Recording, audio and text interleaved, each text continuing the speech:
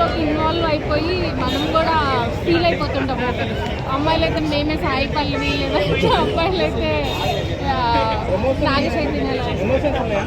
చాలా ఇది real story కదా, ఒక సినిమా స్టోరీలో మీకు అనిపించిందా? అందులో లోకల్ వాళ్ళు చూసాక సినిమా స్టోరీ అని ఫీల్ అవ్వము. అలా ఫీల్ అయ్యాము అంటే అది బ్లాక్ బస్టర్ అని చెప్పలేము డెఫినెట్గా, అండ్ బాగుందని కూడా చెప్పలేము. సినిమా స్టోరీ లాగా లేదు. మీరు చూసే 2.5 hours మీరు అందులోకి ఇన్వాల్వ్ అయిపోయి ఏదో క్యారెక్టర్లో మీరు ఇరుక్కుంటారు, ఏదో నాగ చైతన్య ఆర్ సాయి పల్లవి. ఇక్కడ నేను లాగ్ అనిపిస్తున్నాను.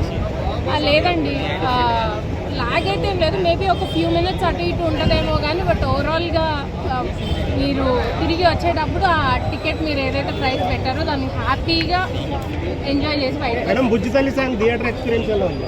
చాలా బాగుంది. యా, అదొక్క ఆర్ఆర్ వల్లే సినిమా అసలు ఇంకా నెక్స్ట్ లెవెల్కి వెళ్ళిపోయింది. అన్ని ప్లస్ యాక్చువల్లీ నాగ చైతన్య కూడా ఇప్పటి వరకు మనకి ఈ స్టైల్లో మనం చూసి ఉండము. ఇంతకుముందు చాలా మూవీస్ చూసాం కానీ ఇది next level. Definitely Naga Chaitanya గారికి ఇది చాలా పెద్ద ప్లస్ అవుతుంది. నాగ చైతన్య సాయి